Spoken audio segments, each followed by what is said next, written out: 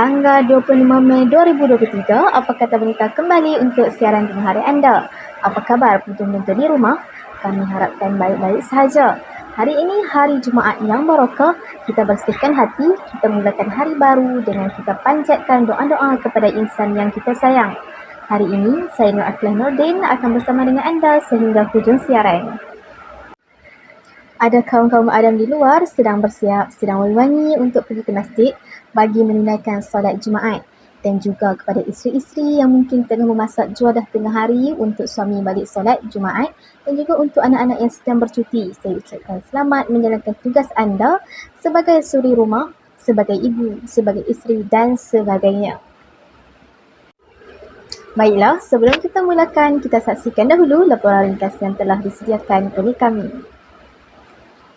Sepanjang tempoh tahun lalu, sebanyak 5,260 kertas siasatan dibuka, manakala statistik delegasi PBWKM merekodkan 2,540 kes keganasan rumah tangga, manakala faktor tekanan hidup dan desakan ekonomi akibat daripada pandemik COVID-19 telah mencetuskan sebanyak 902 kes keganasan rumah tangga dalam tempoh Januari hingga April tahun ini. 4 Mei 2021 yang lalu, negara telah digemparkan dengan satu kes di mana seorang wanita bertaruh nyawa selepas parah dibelasah suami.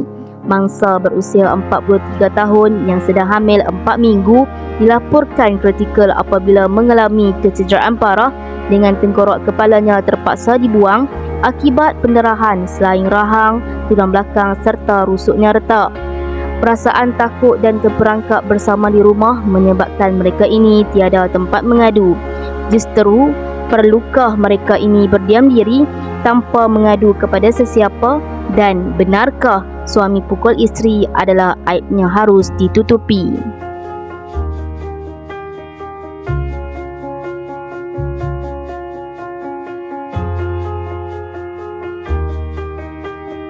Okey, baik.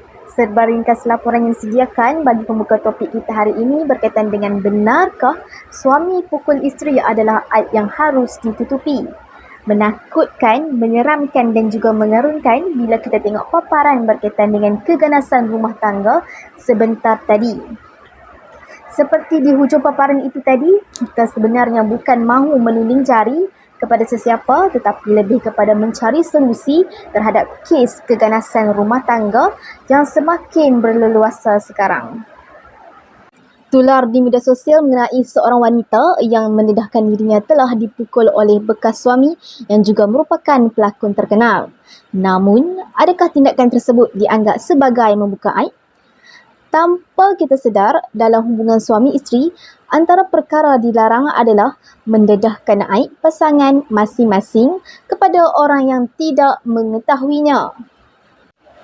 Ia boleh jadi percakapan di tempat kerja, luahan di media sosial atau mengadakan kepada pihak ketiga yang tidak sepatutnya. Bak kata pepatah, sedangkan lidah lagi tergigit, ini kan pula suami isteri. Pastinya ada ranjau dan duka kekurangan yang melengkapi antara satu sama lain. Oleh itu, bagi menjawab persoalan tersebut, pihak kami telah menemubual Ustaz Daniel Haikal bin Azhari dari jurusan Ijazah Sarjana Muda Syariah Universiti Sultan Abdul Halim bagi mendapatkan jawapan tersebut. Saksikan. Bismillahirrahmanirrahim. Assalamualaikum warahmatullahi wabarakatuh. Alhamdulillahirabbil alamin wassalatu wassalamu ala asyrafil anbiya wal mursalin wa ala alihi wa sahbihi ajma'in. Allahumma salli ala sayyidina Muhammad الفاتح لما أغلق والخاتم لما سبق ناصر الحق بالحق والهادي إلى صراطك المستقيم وعلى آله حق قدره ومقداره العظيم. InsyaAllah pada hari ini saya akan menjawab satu soalan yang diajukan kepada saya yang berbunyi, pada pendapat anda, wajarkah isteri membuka aib si suami yang telah memukulnya kepada umum? Jawapannya tidak wajar dan hukumnya haram. Sebabnya yang pertama, ia bertentangan dengan hadis Nabi sallallahu alaihi wasallam. Mafhumnya Allah Taala akan menutup aib seseorang itu jika mana ia menutup aib saudaranya yang lain. Yang kedua, Jika mana kita menceritakan aib kepada khalayak umum, ia boleh mendatangkan fitnah-fitnah yang besar kepada pasangan tersebut. Dan yang terakhir, kalau kita nak cerita juga aib, Imam Nawawi rahimahullah ta'ala bagi guideline. 2 tempat ini sahaja yang dibenarkan. Yang pertama kepada Tok Mufti atas tujuan fatwa. Mudah-mudahan dengan fatwa tadi itu dapat menyelesaikan masalah yang dihadapi. Yang kedua kepada hakim ataupun sultan atas membuat tujuan apabila salah seorang daripada pasangan itu tadi dizalimi ataupun disakiti. 2 itu saja dibenarkan. Yang pertama kepada Tok Mufti atas tujuan fatwa. Yang kedua kepada hakim ataupun sultan atas tujuan membuat duan. Setakat itu saja. Saya akhiri video ini dengan satu kata-kata: dunia tempat meninggal, akhirat tempat tinggal. Buatlah amal sebelum ajal. Sekian, wabillahi taufiq wal hidayah. Wassalamualaikum warahmatullahi wabarakatuh. Terima kasih kepada Ustaz Daniel Haikal bagi penerangan yang sangat ringkas dan padat sebentar tadi. Di dalam surah Al-Baqarah ayat 187 yang bermaksud, mereka isteri-isterimu merupakan pakaian-pakaian bagimu dan kamu merupakan pakaian mereka.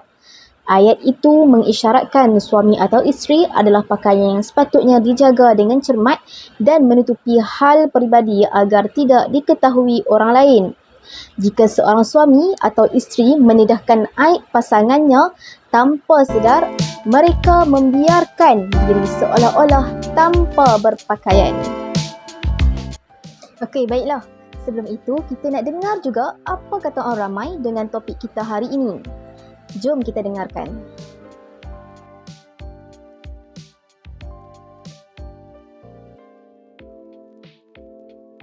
Pada pendapat saya, apabila seseorang wanita tu dia mengeksposkan tentang dia didera oleh suami dia di khalayak umum, bagi saya itu adalah aib.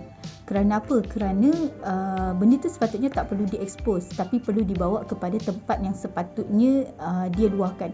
Contoh, benda tu boleh dibawa kepada mahkamah syariah. Dia perlu pergi ke mahkamah syariah untuk menyatakan bahawa dia didera oleh suami dia.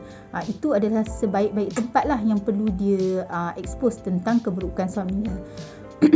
Jadi isu tentang mendedahkan dia didera suami di depan khalayak, bagi saya itu adalah aib. Okey, wallahu a'lam. Pada pendapat saya, ianya merupakan sesuatu yang aib untuk mendedahkan masalah rumah tangga peribadi kepada sosial media, kepada umum lah. Sebab sepatutnya mana-mana masalah yang peribadi, actually bukan saja masalah peribadi lah, mana-mana salah laku, pada pendapat saya tak sepatutnya didedahkan kepada umum, melainkan untuk dijadikan pengajaran. Tapi lately banyak kes di mana orang mendedahkan isu-isu tersebut kerana tidak tahu tempat ataupun tidak mendapat respon daripada tempat yang sepatutnya lah. Maka sebaiknya benda ni perlu dielakkan lah, sama ada kita sendiri yang jahil tak tahu ke mana kita perlu pergi, ataupun dalam sistem kita sendiri yang ada masalah. Wallahualam, tak berani nak cakap yang mana. Kita cubalah yang terbaik untuk elaklah daripada benda ni terus tersebar, sebab memang ini adalah sesuatu yang aib untuk kita mendedahkan masalah peribadi. Ianya boleh membuatkan dua-dua pihak lah jadi tak sejahtera, terutama dalam isu macam ni lah. Dua-dua pihak jadi tidak sejahtera sebab macam semua orang dah tahu, bahkan akan menimbulkan label-label daripada orang dan sebagainya, dia jadi tak best. So sebaiknya elakkan lah. Wallahualam. Pada pandangan saya, seorang isteri tu tak wajar lah untuk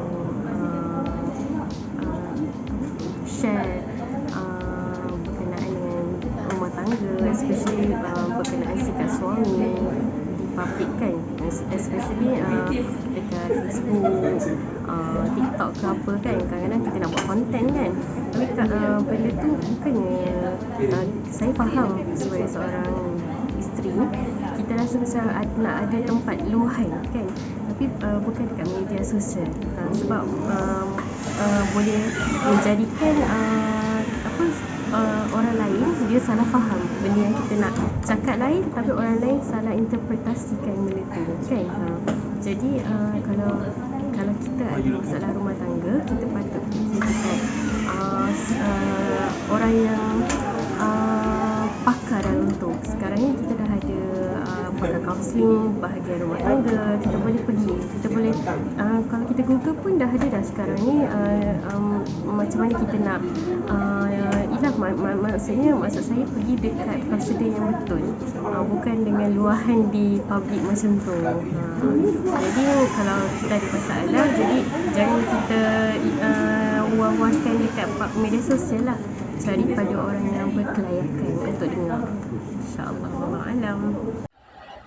Okey, itu kata orang ramai berkenaan dengan topik kita hari ini yang macam-macam lah kan, yang mana sebagai seorang isteri ini tidak boleh membuka aib suami yang telah memukulnya. Sepatutnya ia perlu diceritakan kepada pihak mahkamah sahaja. Dan nampaknya kita dah pun sampai ke penghujung rancangan. Kami harap apa yang telah dikongsikan dari awal sampailah ke hujung siaran ini dapat menggembirakan anda dan juga dapat memberi manfaat melalui perkongsian-perkongsian dan juga pengisian-pengisian yang telah dikongsi oleh Ustaz Dini Hakan dan juga pandangan orang awam sebentar tadi.